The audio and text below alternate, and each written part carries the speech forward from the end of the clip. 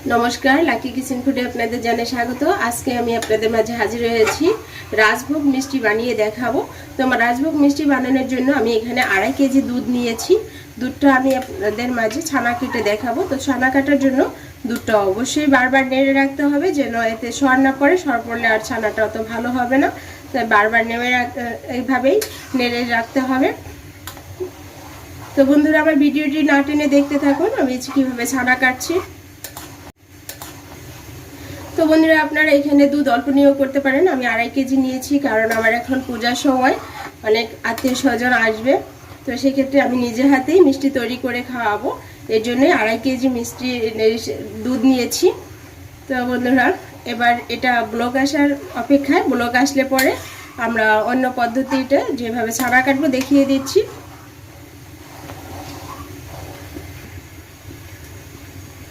তো বন্ধুরা আমার দুধে ব্লক এসে গেছে। এবার এখানে আমি 2.5টা লেবু নিয়েছি। 2.5টা লেবুর সাথে যতটুকু লেবুর রস ততটুকু জল দিয়েছি। এটাকে আমি এখন আস্তে আস্তে করে একটু একটু করে দিয়ে দেব।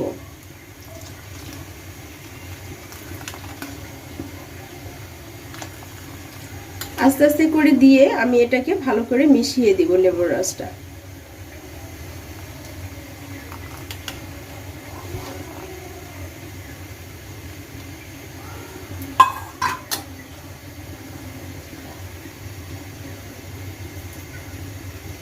যে দেখেন ছানা কেটে এসেছে।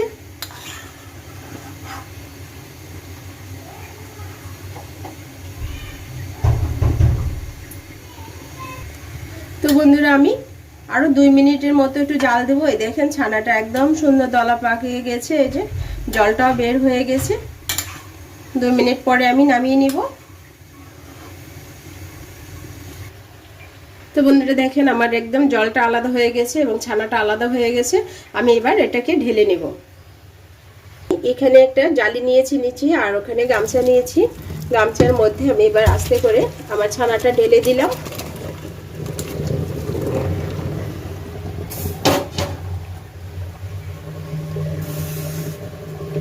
তো বন্ধুরা এই ছানার মধ্যে যে লেবুর রস দিয়েছি এটার জন্য আমি ভালো করে ধুয়ে নিব ঠান্ডা জল দিয়ে, যাতে করে লেবুর রসের কোনো টক টক দিকটা না থাকে। ছানাটা ভালো করে ধোয়া হলে আর টক টক লাগবে না। তা আমি এখানে লেবুর রস নিয়েছি, আপনারা কিন্তু চাইলে ভিনেগারও ওইভাবে করে নিতে পারবেন।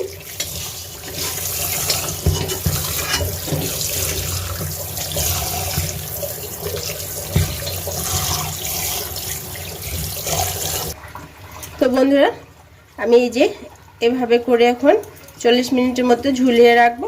আস্তে করে জলটা ঝরে যাবে। জলটা ঝরে যাওয়ার পরে আমি ডোটা তৈরি করতে যাব। তো এইভাবে করে আমি 40 মিনিট পর নামিয়ে নিয়ে মিষ্টির ডোটা তৈরি করব।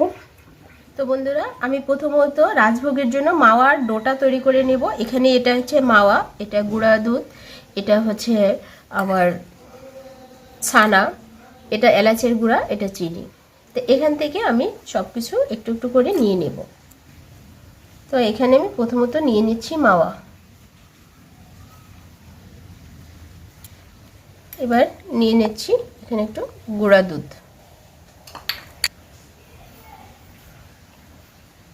মাওয়া তৈরি করতে সামান্য একটু চিনি নিয়ে নিলাম। নিয়ে নিচ্ছি এলাচের গুঁড়া। এলাচের গুঁড়োটা খুব ভালো মিষ্টিতে সেন্ট হয়। তো এলাচের গুঁড়ো অবশ্যই মিষ্টি বানাতে দিবেন, তাহলে দেখবেন যে সেন্টটা অনেক সুন্দর হয় এবং খেতেও মজা হবে। আমি এবার দিয়ে দিচ্ছি ছানাটা। তো বন্ধুরা এবার আমি এগুলো ভালো করে মিশিয়ে নেব।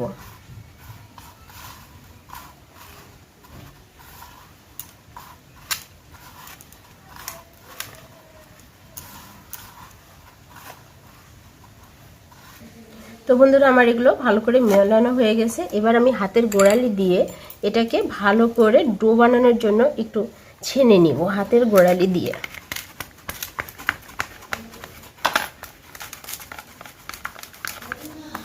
এভাবে গোড়ালি দিয়ে ডললে চিনিটাও ভালো করে মিশে যাবে, চিনিটাও আস্তে আস্তে থাকবে না। তো সেক্ষেত্রে এভাবে করে একটু গোড়ালি দিয়ে মেখে নিতে হবে।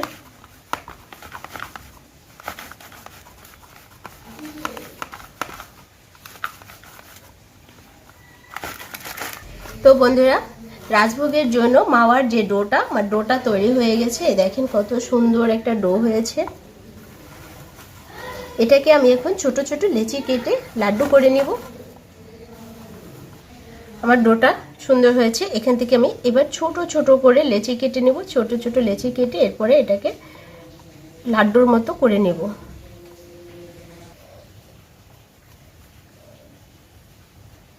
তো বন্ধুরা, এভাবে করে আমি সমস্ত লাড্ডুগুলো বানিয়ে নেব। তো বন্ধুরা, এবার আমার মাওয়ার লাড্ডুগুলো তৈরি করা হয়ে গেছে। তো এই লাড্ডুগুলো দিয়ে যে রাজভোগ মিষ্টি তৈরি করব, রাজভোগ মিষ্টির জন্য আমার লাড্ডুগুলো তৈরি মাওয়ার। এবার আমি ছানার মিষ্টিটা তৈরি করব। তো বন্ধুরা, এই যে দেখেন 2.5 কেজি দুধের ছানা আমার অনেক হয়েছে। এবার আমি এই যে ছানাটা নামিয়ে নিলাম, এবং ছানাটা দেখেন কত সুন্দর হয়েছে আমার ছানাটা। তো বন্ধুরা, আমি এবার ছানাটাকে একটু ভেঙে নিব।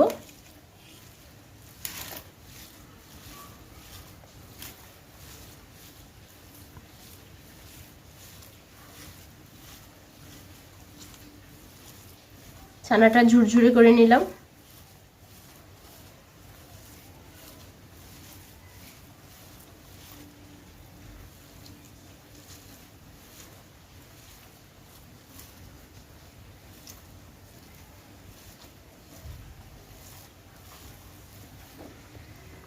তো বন্ধুরা, এবার আমি ছানাটা ছেনে নিব। ছানাটা হাতের গোড়ালি দিয়ে ছানতে হবে, এভাবে করে।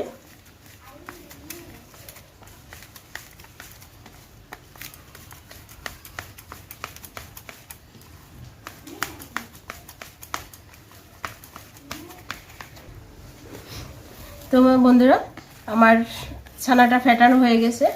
দেখেন এখনই কত সুন্দর, একেবারে একদম ডোর মতো হয়ে গেছে। এর মধ্যে এখন অন্যান্য যে উপকরণগুলো দিব সেগুলো নিয়ে আবারও একটা ফেটানো দিব। তাহলে আমি এখানে 10 টাকা দামের যে ডানো দুধ আছে ওর 1 প্যাকেট দুধ নিয়ে নিলাম, গুঁড়া দুধ। হাফ চামচ ময়দা নিয়ে নিলাম। এখানে 6টা এলাচের দানার গুঁড়া নিয়ে নিলাম। সামান্য একটু, এই যে দেখেন সামান্য একটু খাবার সোডা দিয়ে দিলাম। এখানে আপনারা বেকিং পাউডারও নিতে পারবেন, তো আমার কাছে খাবার সোডা আছে তাই আমি খাবার সোডাটা দিয়ে দিলাম সামান্য একটু, দেখেছেন। এখানে আমি হাফ চামচ চিনি দিয়ে দিলাম। এগুলো আমি এবার ভালো করে মিশিয়ে নিব।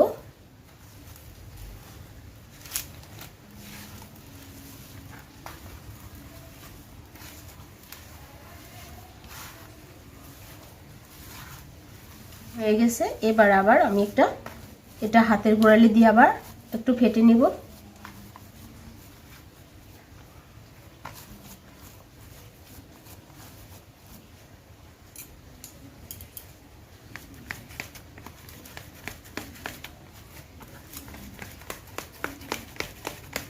এভাবে করে ফেটে নিলে চিনির দানাগুলো সুন্দর মিলে যায় একবারই, অন্যান্য উপকরণগুলো সুন্দর মিলে যাবে।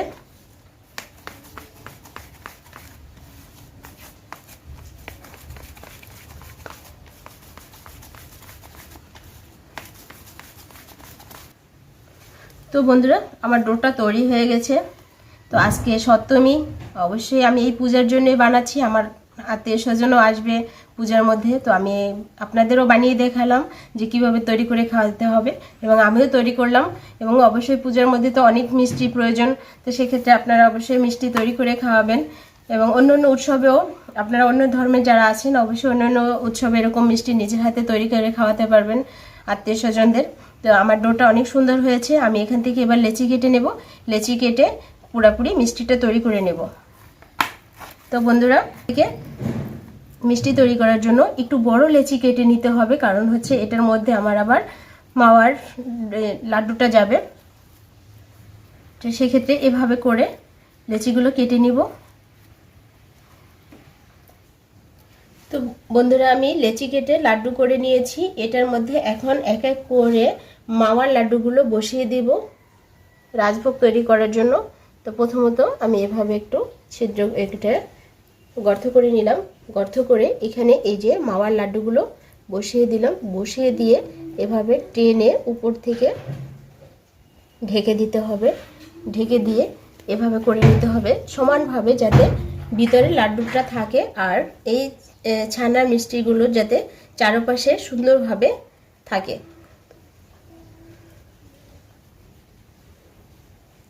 তো বন্ধুরা এই দেখেন কত সুন্দর হয়েছে। তো রাজভোগের জন্য আমি এভাবে করে সমস্ত লাড্ডুগুলো এভাবে করেই নিব। তো বন্ধুরা আমার মিষ্টির জন্য লাড্ডু তৈরি করা হয়ে গেল। মিষ্টি যে একেবারেই লাড়ুর মতো করে নিয়েছি। এবার আমি শিরা করতে যাব। শিরার মধ্যে এই লাড়ুগুলো ছেড়ে দিব। তো আগে শিরাটা তৈরি করে নিতে হবে। তো আমি এখন চুলার পরে যাই, শিরাটা তৈরি করে নিচ্ছি। তো বন্ধু আমি 2.5 কেজি দুধে 1 বাটি চিনি নিয়ে নিয়েছি। 1 বাটি জল দিয়ে আগে চিনিটা ভালো করে গলায় নেব।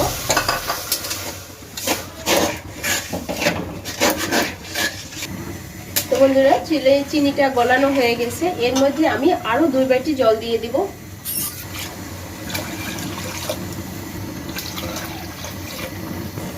তো বন্ধুরা আমার শিরাটা হয়ে গেছে। দেখেন শিরাটা কত সুন্দর ফুটে উঠেছে। আমি এবার এক এক করে মিষ্টিগুলো সব ছেড়ে দিব। মিষ্টি বানানোর সময় অবশ্যই চুলার আঁচটা কিন্তু হাই হিটে রাখবেন। হাই হিটে রাখলে মিষ্টিগুলো খুব সুন্দর ফুলবে। তো সেক্ষেত্রে এক এক করে আমি এখন এই যে মিষ্টিগুলো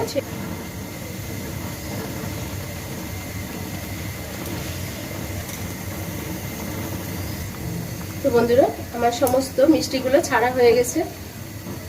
তো দেখেন আস্তে আস্তে সুন্দর ফুলে উঠছে, ভেসে উঠছে আমার প্রত্যেকটা মিষ্টি।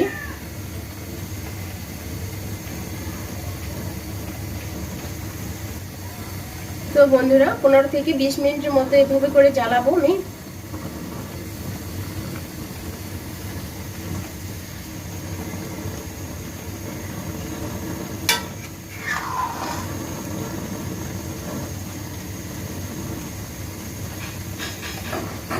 বন্ধুরা মাঝে মাঝে চামচটা এইভাবে করে একটা ঘুরান দিয়ে দিবেন, যাতে মিষ্টিগুলো সুন্দর করে সব জায়গা ঘুরে যায়। আর দেখেন আমার মিষ্টিগুলো অনেক বড় বড় হয়েছে, খুব সুন্দর হয়েছে।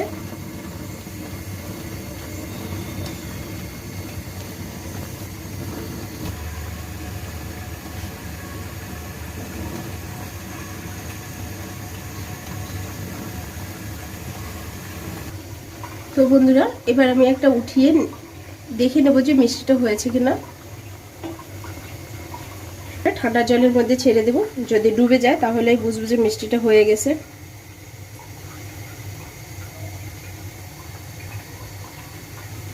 যে সুন্দর ডুবে গেছে, তো আমার বোঝা গেছে যে মিষ্টিটা হয়ে গেছে। এবার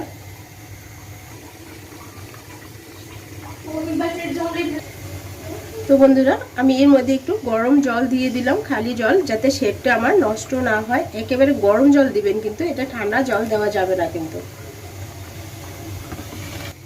তো বন্ধুরা আমার মিষ্টিগুলো হয়ে গেছে। এবার আমি চুলা অফ করে দিলাম।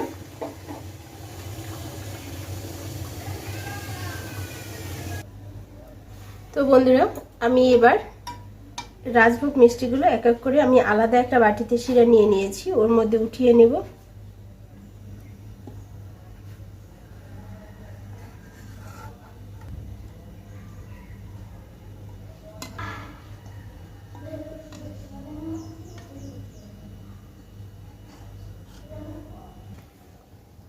তো বন্ধুরা আমি আলাদা পাত্রে উঠিয়ে নিলাম সব মিষ্টিগুলো।